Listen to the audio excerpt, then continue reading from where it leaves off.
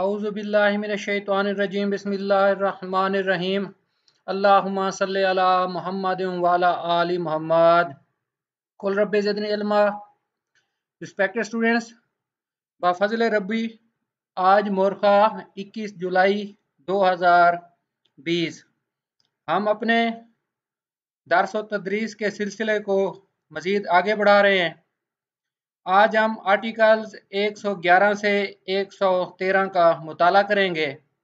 हस्बे रिवायत साबका सबक जब भी मैं गुजारिश करता हूँ ना, इससे ना सिर्फ मुराद ये है कि सिर्फ हमारा जो साबका प्रीवियस लेक्चर था उससे मुराद है, बल्कि साबका सबक से आप लोग ये कोशिश किया करें कि आर्टिकल 1 से जो हमने शुरू किया था, बिलखसूस जो आर्टिकल 2 है डेफिनेशन पोर्शन, वो सारा एक दफ़ा ना जहन में इमेज स्केच बना लिया करें।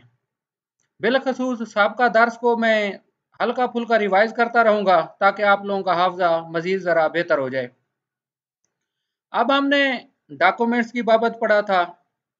साबका जो था हमारा दर्स व तदरीस का सिलसिला आर्टिकल 102 से आर्टिकल 110 तक के जो डॉक्यूमेंट है, एग्रीमेंट टू सेल है, चार्ज है, या जिसमें प्रॉपर्टी ट्रांसफ़र हुई है, उसकी क्या अहमियत है, एडमिसेबल इन एविडेंस है नहीं है, अदालत क्या करेगी, रिटर्न डॉक्यूमेंट को, कॉन्ट्रैक्ट को।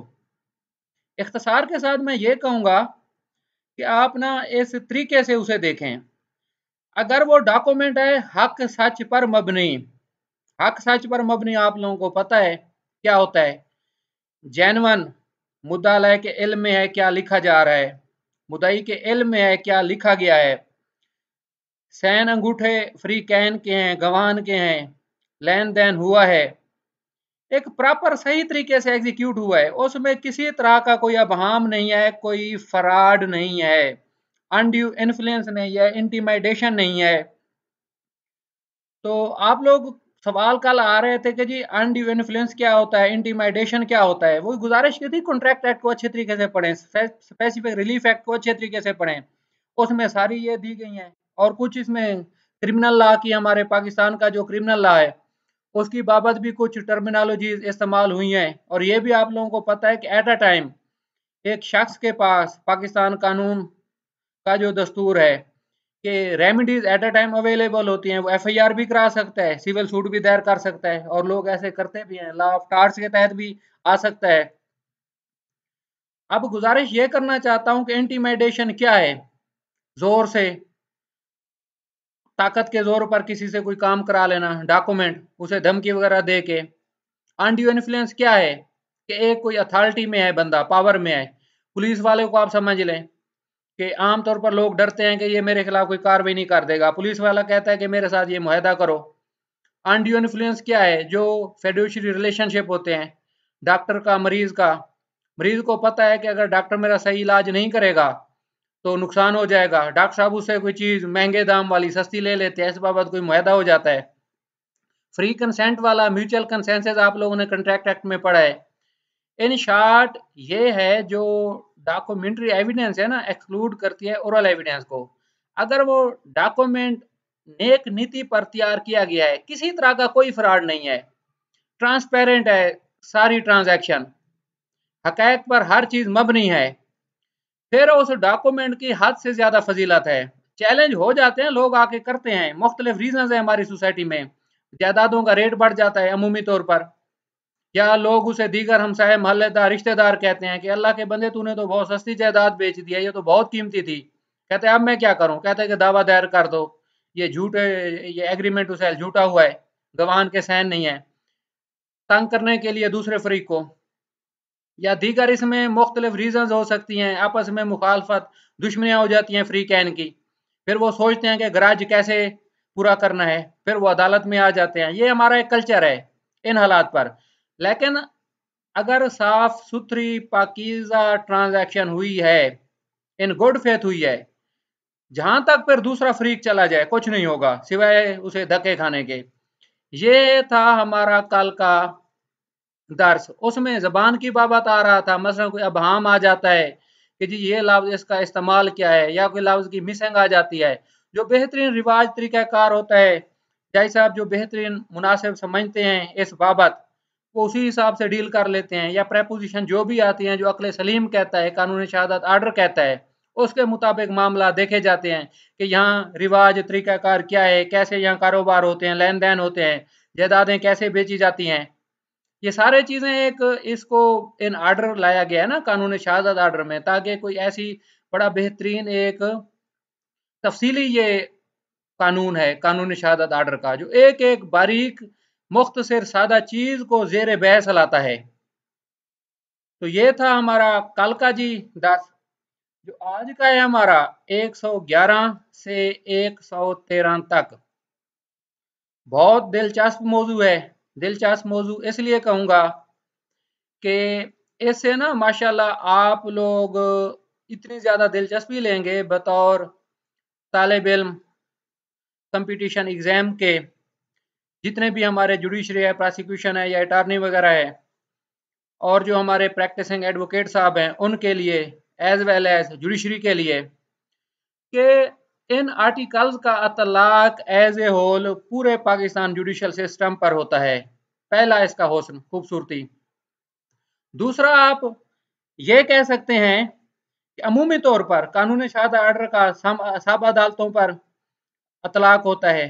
मजिस्ट्रेट साहबान हैं क्रिमिनल साइड पे, सिविल साइड पे हमारे सिविल जज साहबान हैं, या जो हमारे एक्सकेडर कोर्ट्स होती हैं, स्पेशल कोर्ट्स होती हैं, सब पर even then honourable high court है, सुप्रीम कोर्ट है, उन्होंने फैसला जात करने हैं, वो भी बकायदा इन प्रोविजंस का खसूसी हवाला देते हैं। एक बहुत ही दिलचस्प खूबसूरत बात जहन में आ रही है, जो ये सर आसिफ सईद खोसा साहब का बहुत कमाल फैसला था।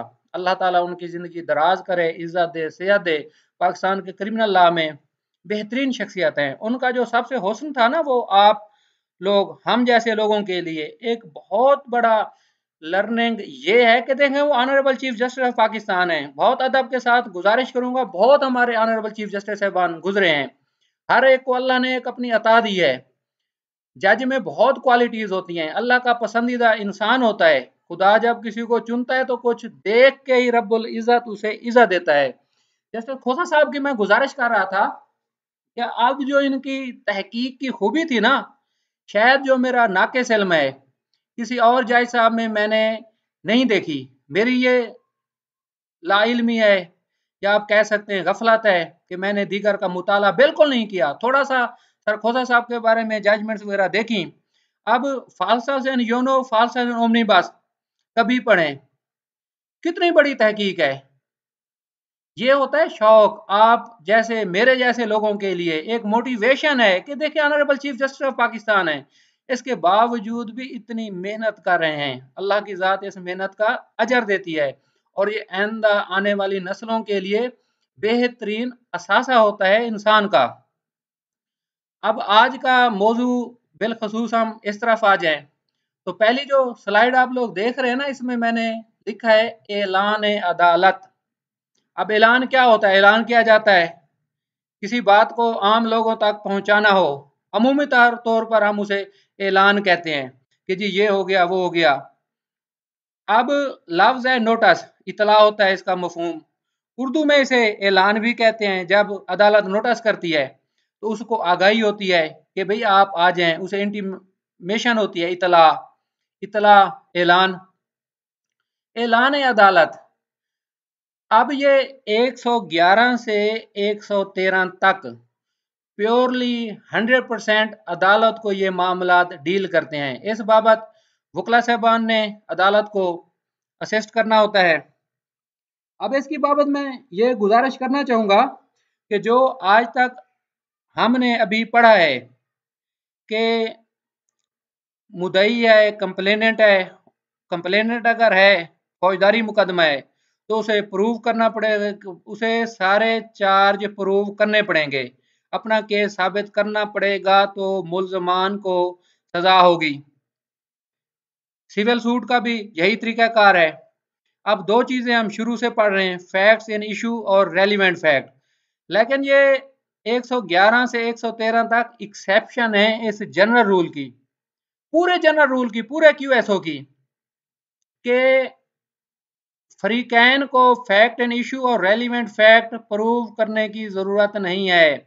अदालत का ये अपना खुद का अख्तियार है। कानून ने अदालत को ये खुद अख्तियार दिया है कि आपने खुद अपने तौर पर अमल दरामद करना है। किन चीज़ों पर अमल दरामद करना है? पहला आ जाएं आप। पार्ट 2 है आज का हमारा जो मौजू, on proof facts which need not be proved. इससे पहले कि मैं ये आप लोगों को पढ़ाता हूँ, लेकिन एक तरीकाकार आज के दर्स का बिलखसूस थोड़ा सा मैंने चेंज किया है। वो इस वजह से इतनी जो लंबी तमहीद बांधी है, आखिर इसके पीछे कोई ना कोई रीजन तो होंगी ना। रीजंस मेन ये थी कि आप लोगों को ये दर्स हमेशा के लिए, मेरी दुआ है अल्लाह रब्बुल इज़्ज़त आप लोगों का हामी और नासिर हो हर मामले से, हर मामले में। आज की मेरी बिलखसूस ये कोशिश थी कि ये दर्स आप भूलें ना। और दूसरी ये मेरी बेहतरीन कोशिश है कि आज के इस सबक से आप लोगों के बाकी जो हमारे दीगर लाज है ना, उनकी भी प्रैक्टिकल एप्लीकेशन समझ आ जाए। आप दीगर कवानीन में भी हक्कुल यकीन के दर्जे पर पहुंच जाएं। अब वो क्या है, कैसे है? अब एक केस ला है 2018 वाईएलआर 550 2018 ईयरली लॉ रिपोर्ट 550। टाइटल है लियाकत अली वर्सेस स्टेट। अब इसमें पता है क्या फैक्ट्स क्या हैं जो आज हम पढ़ रहे हैं? Division of time, matter of science, facts in issue, relevant facts, judicial notice, exceptions, dusk, DUSK, dusk का मतलब होता है शाम, जब मगरिब होती है, मगरिब से पहले का वक्त अमूमी तौर पर। Source of light, postmortem report, time of registration of FIR, time of death, duration between time of death and postmortem, time of death, duration between time of death and postmortem, guesswork, concoction, witnesses presence, motive. अब ये फौजदारी एक मुकदमा है, दो मुलजमान थे, एक बरी हो गया, दूसरे को सजाए मौत हुई थी। 302 जुर्म था। अब अदालती ऐलान में क्यों पढ़ रहा हूं, क्यों आपको कहा है, और ये फौजदारी की जो प्योर टर्म्स हैं अमूमी तौर पर इस्तेमाल होती हैं, ये मैं क्यों कर रहा हूं? इसके पीछे लॉजिक है, रीज़न है, नतीजा है, जिस पर आज आप लोगों को लेके आना है। रिस्पेक्टेड स्टूडेंट्स, जब अदालत फैसला करती है ना, तमाम हालात व वाक़यात को देखती है, और आर्टिकल 111, 12 और 113 इस चीज़ को डील करते हैं। अब फैक्ट्स एडमिटेड, रेलिवेंट फैक्ट जो गुजारिश कर रहा हूँ। अब इस केस लॉ में मुख्तसर आपको बताऊं, इस्तगासा कहानी ये थी कि जो मरहूम था, बंदा जो कत्ल हो गया, उसका बाप मुदई था। वो कहता है जी शाम का टाइम था, 7:30 बजे का, रात का, तो मेरा बेटा डेरे पर गया, कोई उनकी फसलें वगैरह जैसे रूटीन में देहातों में होती हैं, लाहौर का ये केस है। तो उसके साथ और उनका एक रिश्तेदार था, वो भी था। मतलब मुस्तगीस कहता है कि हम 3 लोग जी जा रहे थे, मेरा बेटा आगे था, हम 2 पीछे थे। तो मीनवाइल जी 3-4 मुल्जमान थे, वो सामने आ गए। तो एक मुल्जिम ने कहा कि जी आपको आज सबक सिखाते हैं कि आपने हमारे खिलाफ केस क्यों किया था। इसी बेस पर जी उन्होंने अपने वेपन ऑफ ऑफेंस वगैरह निकाले, फायर मारे, मेरे बेटे को कत्ल कर दिया। ठीक है जी, कहानी ये चल पड़ी। जैसे आपको पहले बताया, एक मुल्जिम बरी हो गया, एक को सजाए मौत हो गई। जो भी थे, इन डिटेल नहीं जाना चाहते उस केस में। आप लोगों को उस केस का जो मेन असल मकसद है आज के मौजू की बाबत, उस साइड पे लेके आना चाहता हूं। अब ऑनरेबल हाई कोर्ट ने यह कहा कि 7:30 बजे का वकूआ है। लाहौर में उस दिन सूरज किस टाइम गरूब हुआ था, और गवाहान ने मुल्जमान को कैसे पहचाना? क्या 7:30 बजे देखे जा सकते हैं? मौसमी हालात देखें, महीना देखें, फिर अदालत अपने तौर पर तहकीक करती है। आज हमारे इंटरनेट पे तहकीक है, आप गूगल पे सर्च मारें, सर्च करें आप कि कौन से शहर में फलान दिन मौसम कैसा था, सूरज कब गरूब हुआ या सूरज कब निकला था। अब इस बाबत इस्तगासा कहानी खामोश थी। और जो मेन इसका जो अहम बात थी ना, सबसे अहम, सोर्स ऑफ लाइट।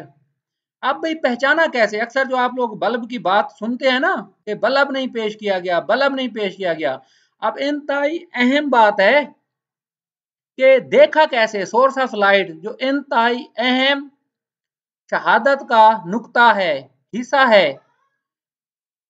अब मुस्तगीस को चाहिए था, तफ्तीशी अफसर को चाहिए था कि इस पॉइंट को तो वो वाजे करते ना कि उन्होंने इस वक्त रात को 7:30 बजे, अमूमी तौर पर रात हो चुकी होती है, कैसे देखा, मुल्जमान को कैसे पहचाना।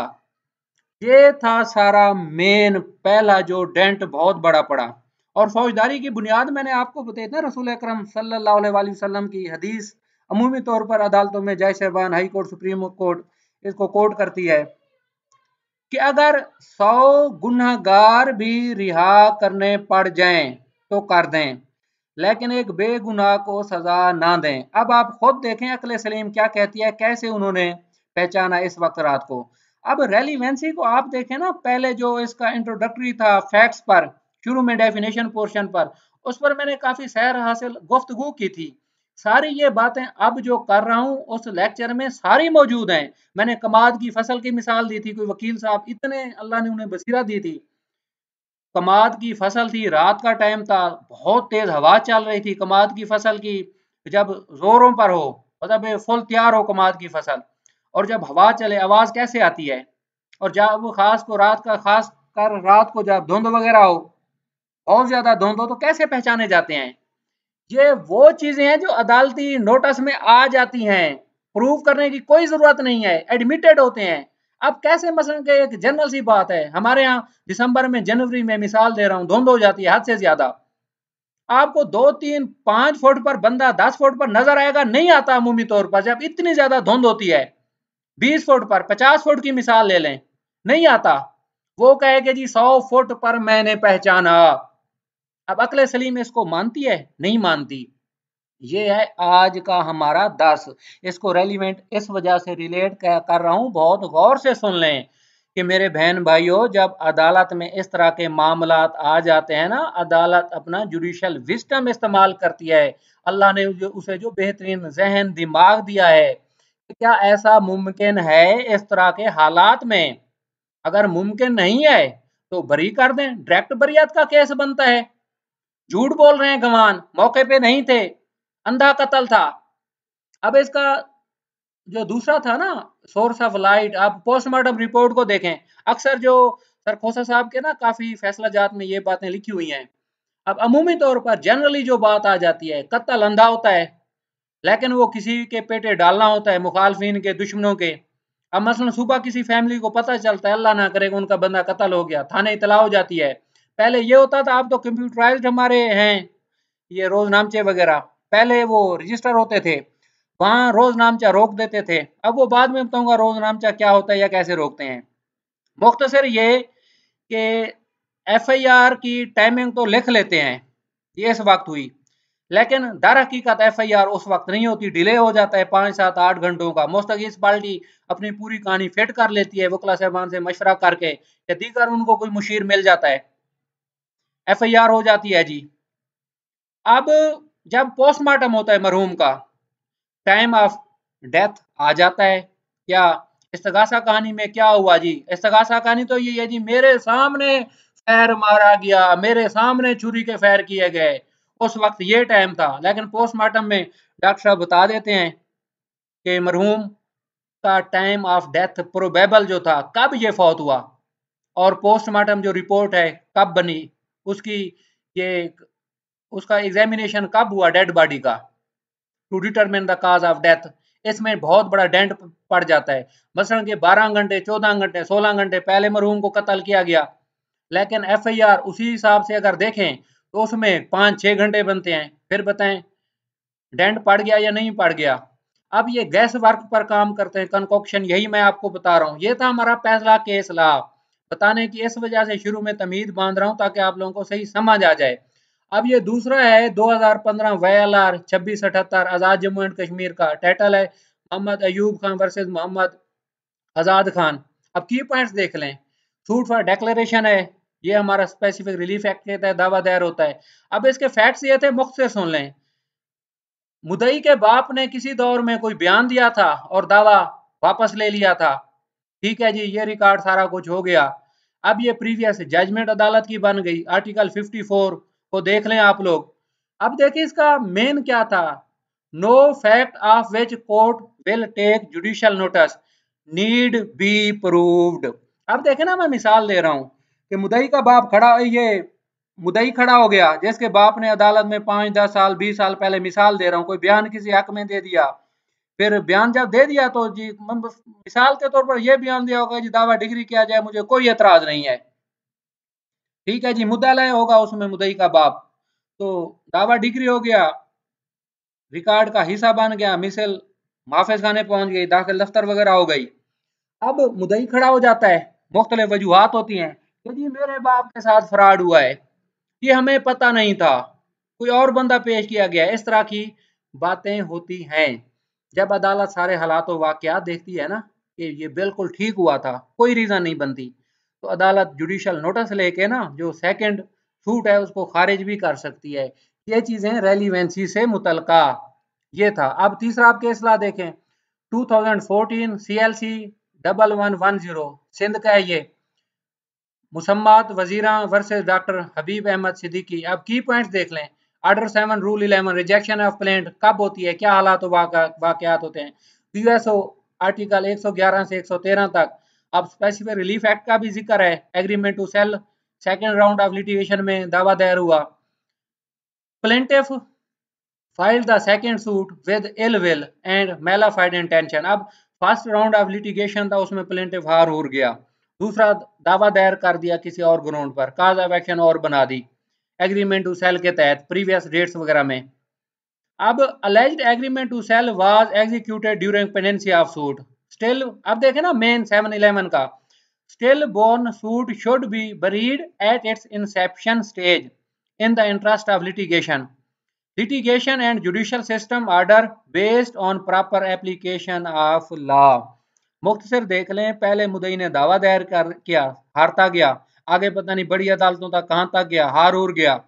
जब उसका कुछ नहीं बना, दूसरा दावा दायर कर दिया और काज ऑफ एक्शन पर, तो दूसरे फरीक जब पेश हुए तो उन्होंने कहा कि जनाब इसका पहले ये कारनामे, ये करतूत रहे हैं, हार चुका है ये, अब ये दोबारा हमें जलील करने के लिए आया है।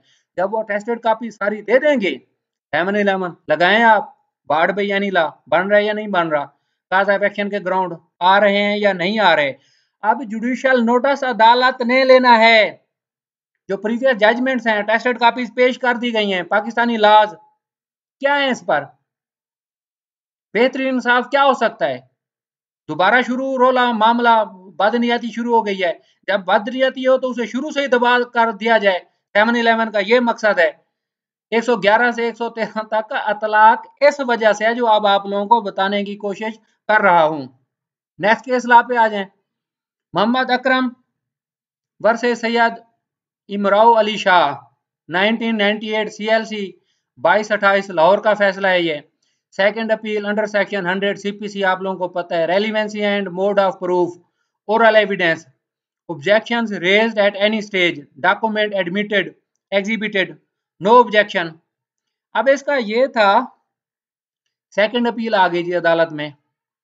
अब फैक्ट्स ये थे, ट्रायल कोर्ट में कोई डॉक्यूमेंट एग्जिबिट हुआ, फ्री कैन ने पार्टी ने रूटीन में सिवाय उसके डॉक्यूमेंट के डिनाइल के कोई ऑब्जेक्शन रेज नहीं की, लीगल जो उसे करनी चाहिए थी। अब उन पर अपील वगैरह में आ गए, ग्राउंड बनाया कि जी ये डॉक्यूमेंट खिलाफ कानून है, ये है वो है। तो अदालत ने ये होल्ड किया कि जो इतराज आपको नीचे लेना चाहिए था उस वक्त आप खामोश रहे, तो अब उन पर क्यों ले रहे हैं, अगरचे इतराज किसी वक्त भी लिया जा सकता है। अब इसका था रेलिवेंसी को वो लेके आ गए, मेन चीज इसको बनाया कि जी रेलिवेंसी क्या है।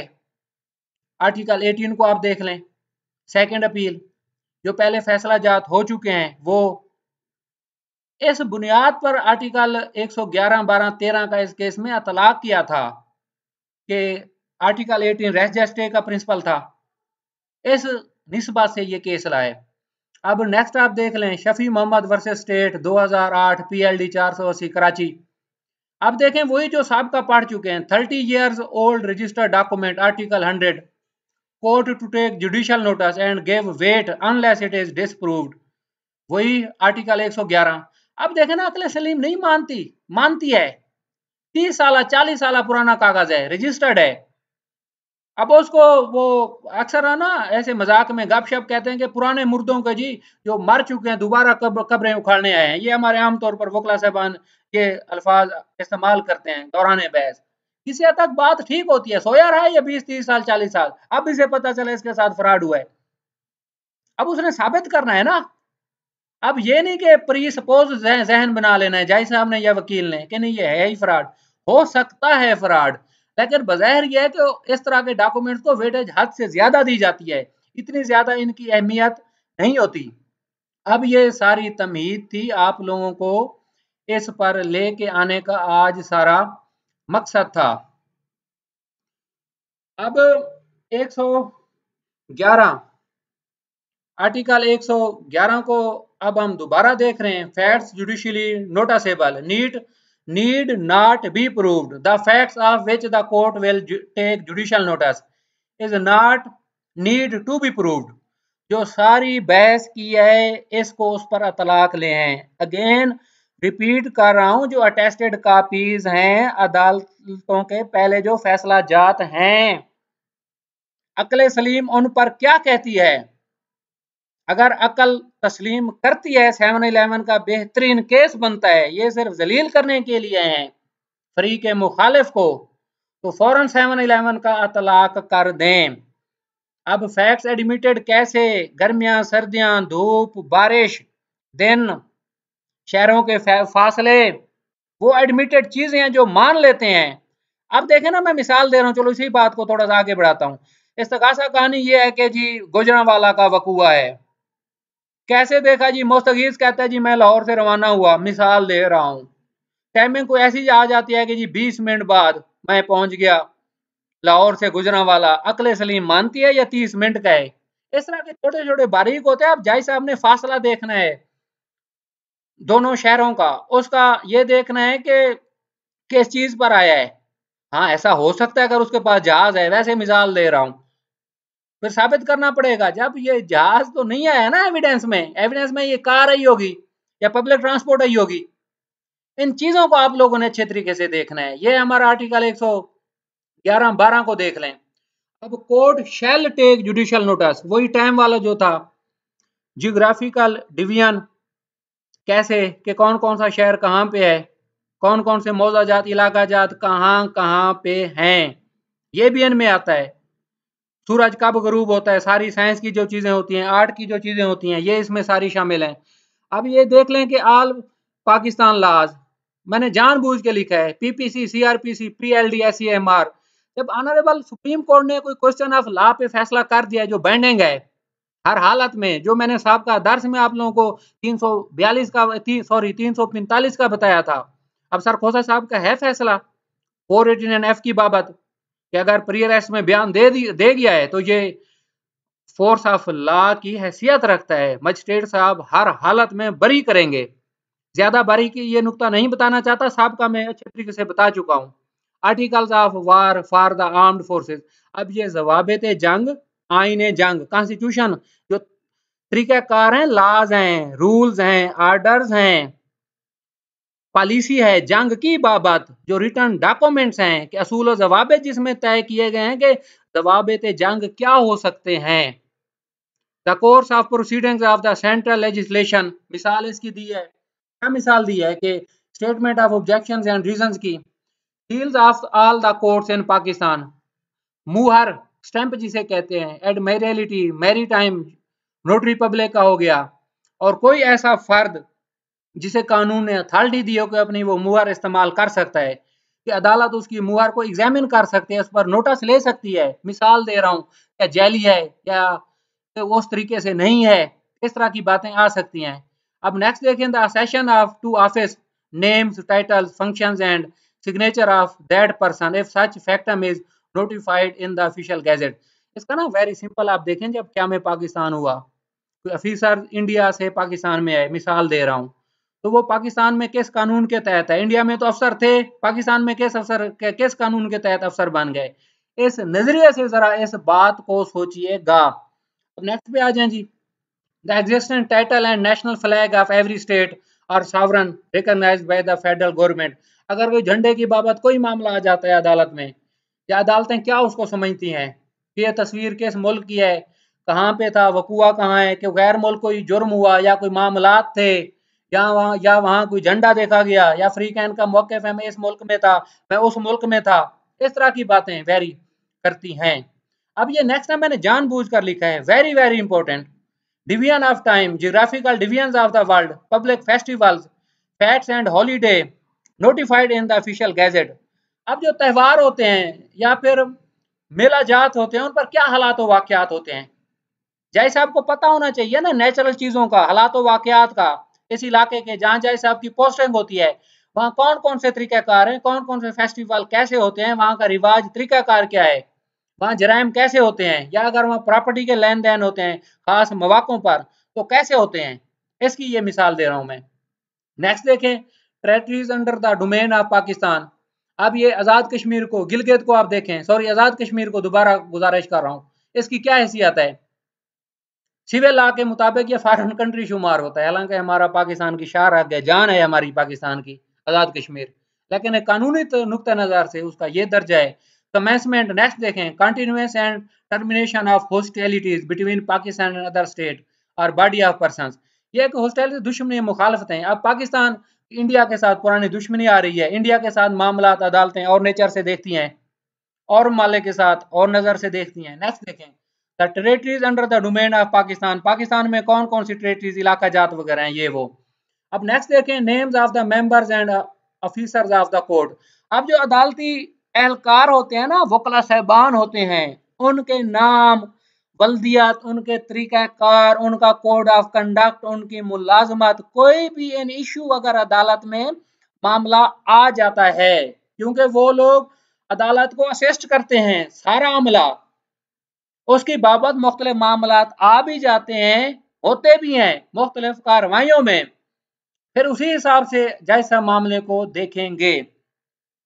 तो नेक्स्ट देखें, the rule of the road on law or at sea, यही के ट्रैफिक के लाज क्या हैं, मिसाल दे रहा हूँ, या समंदर के जो कवानीन है वो क्या है। नेक्स्ट देखें, in all cases refer to in class 1। अब ये क्लास 2 हम पढ़ रहे हैं इसकी 112 की। And also on all matters of public history, literature, science और art the court may resort for its aid to appropriate books और डॉक्यूमेंट्स ऑफ रेफरेंस। अब गुजारिश कर रहा हूँ, यही मिसालें अक्सर जैसे बान दोस्त मिसालें देते हैं कि जी एमएलसी है, रिपोर्ट आ गई पंजाब फोरेंसिक की, लेकिन जो टर्मिनोलॉजी होती है उसका अमूमी तौर पर पता नहीं होता, ना डॉक्टर साहब बताते हैं, ना ही फोरेंसिक वाले उसको डिटेल बयान करते हैं। अब जय साहब ने उस पर मामनत लेनी है, मसला इल्जाम है जहर दिया गया, 324 का केस है। अब जहर के वो केमिस्ट्री के जो अल्फाज हैं साइंस के, वो अक्सर रिपोर्ट में लिखे होते हैं। जय साहब ने हक्कुल यकीन पर पहुंचना है ना, ये गूगल वगैरह जय साहब सर्च मार लेते हैं, देख लेते हैं इसका क्या मफहूम है, मतलब क्या है, मकसद क्या है। वही जो शुरू से दोस्त बता रहा हूँ, 5 W's और 1 H का कोई किताब है, उसकी बाबत जैसे आप अपना बेहतरीन इल्म इस्तेमाल कर सकते हैं जुडिशियल नोटिस लेकर। नेक्स्ट देखें, if the court is called upon by any person take judicial notice of any fact, it may refuse to do so unless and until such person produces any such book order document. अब ये ना कोई वकील साहब ही मैं मिसाल दूं, ये तो नहीं कि जुडिशियल नोटिस लें इस मामले की तहकीक करें, तो जैसे आप कह सकते हैं कि वकील साहब आप भी मामनत करें, ऑफिसर ऑफ कोर्ट हैं, शाबाश, करें किताबें पेश, ले मामलात, जनाब ने असिस्ट करना है ना, हमने तो फैसला करना है। वैसे मिसाल दे रहा हूं, तो जैसे आप उस पर जुडिशियल नोटिस लेते भी हैं, तहकीक करते हैं अपने तौर पर, बेहतरीन तहकीकें होती हैं। अब last article, facts admitted need not be proved, no fact is needed to be proved in any proceeding where the parties or their agents agree to admit at the hearing or which or before the hearing they agree to admit by any writing under their hands or by which। अब आगे देख लें आप। अब इसका ये है, मिसाल दे रहा हूं, दावा चल रहा है, मुदई मर गया, अब अमेंडेड आना है, इस पर क्या बहस होनी है? मुदई का वकील बहस कर जाता, मतलब अदालत को नोटिस में आ जाती है। गुजारिश सुन ले प्रोसीजर की बात। दावा दीवानी चल रहा है, मुदई मर गया, मुदई तो मर गया, वकील साहब भी टर्मिनेट हो गए, खत्म। अब वकील साहब उस केस में पेश ही नहीं हो सकते। तरीकाकार यह है कि अदालत नोटिस करेगी उसके वर्षा को, और प्लीडिंग का आप असूल समझ लें, ऑर्डर 786। मुदई की जिम्मेदारी है मुदई के वकील की के लिस्ट ऑफ लीगल एयर्स दे। मुदई के वकील की जिम्मेदारी है, डिफेंडेंट के वकील की जिम्मेदारी है list of legal heirs defendant की दे।